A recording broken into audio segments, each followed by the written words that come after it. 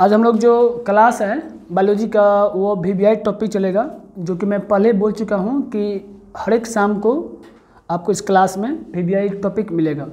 आज हम लोग बात करेंगे डीएनए का। डीएनए पहले हाई का उसका भी जान लीजिए, काहे कि डीएनए मोस्ट इम्पोर्टेंट है। ये आपका लेसन 6 और 5 के साथ टॉपिक है यहाँ तक। तो बात हम लोग करेंगे कि डीएनए हाई का। पहले डीएनए का फुल होता है डीऑक्सी राइबो न्यूक्लिक एसिड। क्या बोलते हैं? Oxy ribo nucleic acid. अब बात गौर करेंगे ये होता क्या है। देखिए, ये पहले तो डीएनए एक आनुवंशिक पदार्थ के रूप में जाना जाता है। बता दूं कि ये जो टॉपिक आपका है डीएनए, पहले किसी को मालूम नहीं था कि आनुवंशिक पदार्थ है कौन। इसके सारे बहुत सारे प्रयोग किए गए हैं।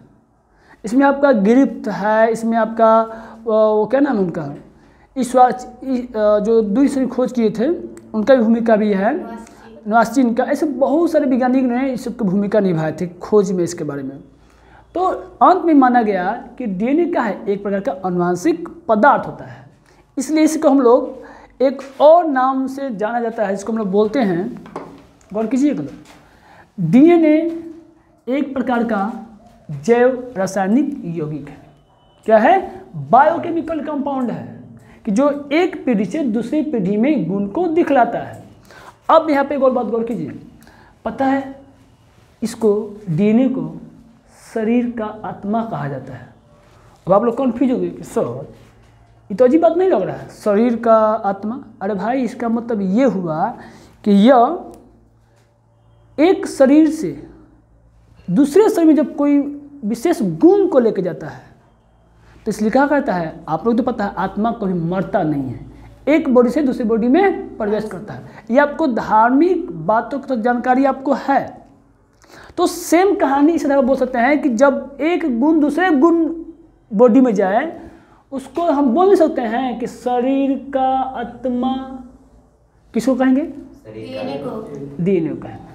किसी तो प्रॉब्लम नहीं है। पे आगे बढ़ते हैं। देखो, इसके लंबाई तक जहाँ तक हम लोग बात करें, इसकी लंबाई तो सबसे इम्पोर्टेंट पॉइंट है, इसके न्यूक्लियोटाइड्स पर डिपेंड करते हैं। सर न्यूक्लियोटाइड्स यानी कि कंपाउंड के रूप में होते हैं। इसके जो न्यूक्लियोटाइड्स होते हैं, बहुत सारे न्यूक्लियोटाइड्स होते हैं। इसका आपको आगे मिलेगा कि न्यूक्लियोटाइड्स क्या है, लेकिन तो समझिए कि जितने डीएनए हैं वो एक न्यूक्लियोटाइड्स होते हैं। इसकी जो लंबाई है किसी भी बॉडी में, वो चाहे मानव ले लीजिए, चाहे कोई वायरस, कीड़ा मकोड़ा जो ले लीजिए, वह सभी इसी पर डिपेंड करेगा। अब यहाँ पे समझना होगा कि जो न्यूक्लियोटाइड्स होते हैं, सर लेकिन एक और बात, एग्जाम्पल आप नहीं बताएं, आपके बोर्ड पे है, सामने यहाँ पे है, तो गौर कीजिए। सबसे पहले हम लोग बैक्टीरियोफेज की बात करते हैं। कैसी बात करेंगे? आपके सामने यहाँ पर है बैक्टीरियोफेज यानी कि जीवाणुभोजी। ये हमें 2 प्रकार के मिलेगा। एक मिलेगा आपका ये फाई मिलेगा, जो कि इसमें इस बैक्टीरिया का नाम है 174, यानी कि 74 में टोटल क्षार युग्म मिलेंगे, क्षार पेयर मिलेंगे, यानी कि न्यूक्लियोटाइड्स जो पेयर मिलेगा वो मिलेगा, कितना मिलेगा? 5386। जबकि एक लेमडा मिलेगा, उसमें होगा 4852, यानी कि 4800 ठीक है, किसी को दिक्कत नहीं है पे है। जबकि मनुष्य में बात करें, इसमें जो न्यूक्लियोटाइड्स की संख्या मिलेगी, पेयर संख्या मिलेगी, युग्म मिलेगा, वह मिलेगा 3.3 इंटू 10⁹। कितना मिलेगा? 3.9। किसी को दिक्कत यहाँ पे नहीं है। अब चलो सर, एक और चीज़, आप लोग बहुत नाम सुन चुके हैं ई कोलाई के बारे में। वही ई कोलाई जो कि प्रयोग किया गया था इसके बारे में, डीएनए पर प्रयोग किया गया। कौन? इसमें आनुवंशिक पदार्थ है। तो ई कोलाई में जहाँ तक बात किया जाए, इसमें कितना होता है? 4.6 इंटू 10 के पावर कितना? 6। ठीक है। अब चलो सर, न्यूक्लियोटाइड्स की जब हम आगे बात करेंगे तो वहाँ पे इसका मिलेगा, इसके 3 घटक मिलेंगे। क्या मिलेंगे? 3 घटक मिलेंगे। वो कौन घटक होता है? तो एक ट्रिक याद रखिएगा, बायोलॉजी से प्यार। क्या बोला मैंने? बायोलॉजी से प्यार। अब बायोलॉजी में होता है बेस, क्या बोलेंगे? बेस। और बेस के हिंदी बोलते हैं, क्या बोलते हैं? क्षार। क्या बोलेंगे बुआ? क्षार बोलेंगे। और किसका क्षार होगा? नाइट्रोजन का। तो अब क्या बोलेगा? नाइट्रोजनी क्षार बोलेगा। अब बोला से का मतलब शर्करा, कची पता है शर्करा क्या होता है? कौन शर्करा? पेंटोज शर्करा। क्या बोलेगा? पेंटो नहीं, पेंटोज। क्या बोलेगा वो? पेंटोज शर्करा होगा। अब अंत में आएगा प्यार, यानी क्या हो जाएगा? फास्फेट समूह, फास्फेट समूह। आप लोग इस सिंपली आप डीएनए के बारे में इतना जाने, आपको आगे भी मिलेगा भी और बहुत कुछ मिलेगा। फिर बात करें हम लोग नाइट्रोजन क्षार के बारे में बात करेंगे हम लोग, नेक्स्ट टॉपिक पे यही बात करेंगे हम लोग। तो अब यहाँ से टॉपिक आपका यहाँ तक खत्म, अब आगे हम लोग बढ़ेंगे। अब हम लोग इसके पहले हम लोग नाइट्रोजनी बेस के बारे में हम लोग जानते थे, जैसे हम लोग ट्रिक पढ़ चुके थे, बायोलॉजी से प्यार, बायोलॉजी मतलब बेस। अब वह बेस के बारे में समझेंगे कि उस बेस में क्या होता है। बेस दो प्रकार का होता है, एक मिलेगा यानी कि नाइट्रोजन क्षार के बारे में लोग माने कि हम लोग नॉलेज प्राप्त करेंगे। इसके बिजोर बातें इंपॉर्टेंट बात होगा, स्ट्रक्चर होगा, इसको लोग बोलते हैं बहुत घन चक्कर वाला है। घन चक्कर नहीं है, इस समझने का फेर है। और आप लोग समझ गए, समझे कि ये बिजोड़ है और ये केमिस्ट्री का एक रूप होता है। तो कहाँ से देखिएगा पहले, तो नाइट्रोजन क्षार, पता है नाइट्रोजन क्षार क्या होता है? अच्छा, एक बात लोग कहता है कि साइंसों का साइंस पता है किसे कहता है? केमिस्ट्री को। क्या है कि फिजिक्स में भी क्या है? केमिस्ट्री है, और बायोलॉजी भी क्या है? केमिस्ट्री है। केमिस्ट्री कहीं मैंने कि ऐसा नहीं जहाँ इजी नहीं है। तो बात करेंगे नाइट्रोजनी क्षार के बारे में। इसे कितने भाग मिलेंगे? प्यूरिन और पिरामिडिन।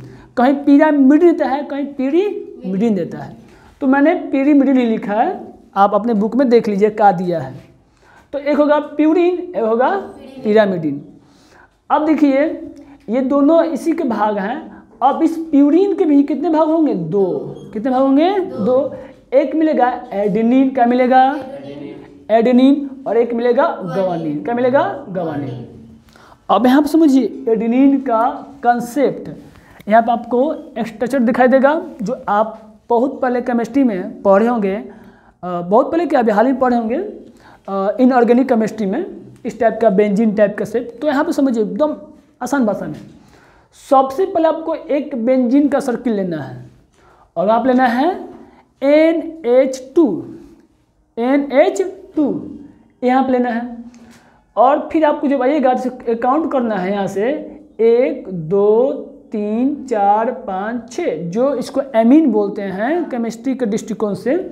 और इसी एमीन के बीच में एक और कंपाउंड जुड़ेगा, कहाँ तक? 9 तक लेते हैं। यहाँ जाएगा 7 8 9 और यहाँ पे लगेगा एल्किल समूह जुटेगा। जुटेगा एल्किल समूह, क्या जुटेगा? एल्किल समूह जुटेगा। इसको दिक्कत नहीं है। फिर देख लीजिए पिक्चर बढ़िया से, यहाँ पे 1 2 3 4 5 6 हो गया, आपको पता है बेंजीन का। और यहाँ पे लगा देंगे NH2 यानी कि एमीन का फॉर्मूला हो गया। अब यही एक और कंपाउंड आगे बढ़ेगा, जुटेगा यहाँ पे, तो ये हो जाएगा 7 नाइट्रोजन हो जाएगा 8 9, ये रहा यहाँ तो 9 गो नाइट्रोजन ग्रुप के साथ ये जुड़ा यहाँ से। तो ये हो गया, क्या हो गया? एडेनिन। क्या हो गया? एडेनिन। अब देखो एक मिलेगा ग्वानिन, क्या मिलेगा? ग्वानिन। अब देखो यहाँ पे कितना होगा, ये भी बहुत बिजोड़ इसका फार्मूला भी है। यहाँ पे देखो ये तो एमीन का, इसके पहले में यहाँ पे एमीन जैसा हाल नहीं है, लेकिन हुआ क्या कि जहाँ 6 पर NH2 था वहाँ पे क्या हो गया? क्या हो गया? ऑक्सीजन। और 1 2 पर क्या मिला है? नाइट्रोजन मिला है। नहीं क्या मिला? नाइट्रोजन, यानी एमीन का जो फार्मूला था 2 पा गया वहाँ पे ये आ गया। यानी कि आपको एक कनेक्शन का याद करना होगा, उसमें क्या था इसमें क्या था, याद एक ही करना है लेकिन फार्मूला को कन्वर्ट करना है। तो यहाँ पे जहाँ 6 का जब NH2 था यहाँ पे क्या है? O है। आज जबकि यहाँ पे देखिए 1 2 में नया बात का जुड़ गया कि NH2 जुड़ा, क्या जुड़ा? NH2। अब बात करेंगे फिर जब सेम कंसिडर हो जाएगा, यहाँ पे 7 हो जाएगा 8 हो जाएगा 9 होगा। अंतर है खाली बॉन्ड का आप देख लीजिएगा, देख लीजिएगा लोग बॉन्ड, तो आप आसानी से एडेनिन ग्वानिन का पिक्चर माइंड में सेट हो जाएगा, वरना राटा मरे कोनो प्रॉफिट नहीं होने वाला है।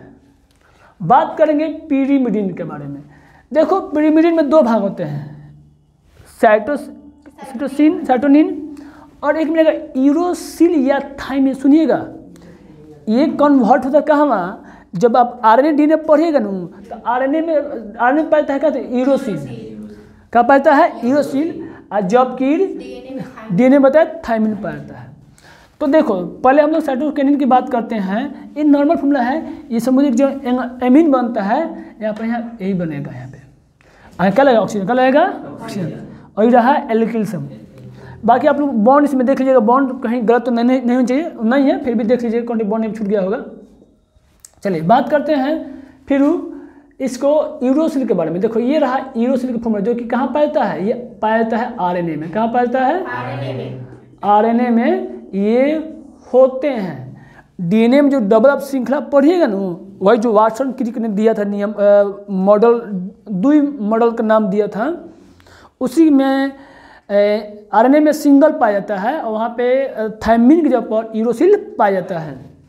अब देखो यहाँ पर ये जो टॉपिक आगे बढ़िएगा, अब जैसे यहाँ से आएगा थाइमिन के बारे में, तो देखो ये एकदम ऑक्सीजन वही है, इसके जैसा है, एकदम सेम कॉन्सेप्ट है, एल्किल समूह है, बस एक का जुड़ गया है, मैथिल समूह जुड़ा है। क्या जुड़ा है, मैथिल समूह जुड़ा है। और ये रहा आज का VVI टॉपिक डीएनए के बारे में। बाकी हम लोग कल इसके बारे में बात करेंगे। और ये जो वीडियो है ये क्लास में ही पढ़ाया जा रहा है, क्लास का ही बनाया गया। बाकी आप लोग भी यूट्यूब पर इसको एंजॉय कर सकते हैं नॉलेज के लिए। आज के लिए जय हिंद।